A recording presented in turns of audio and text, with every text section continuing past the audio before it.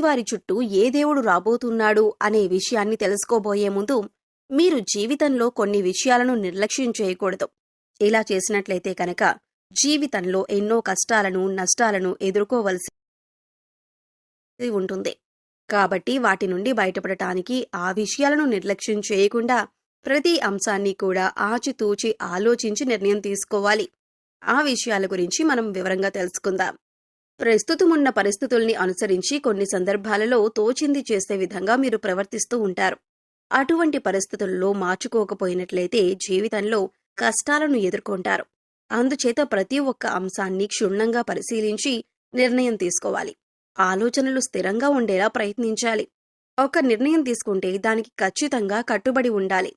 ఈ అంశంలో మీరు మీ ప్రవర్తనను సవరించుకుంటే కనుక జీవితాన్ని ఆనందదాయకంగా మార్చుకోవచ్చు. ఈ రాశివారికి జీవితంలో ఒడిదుడుకులు ఎక్కువగా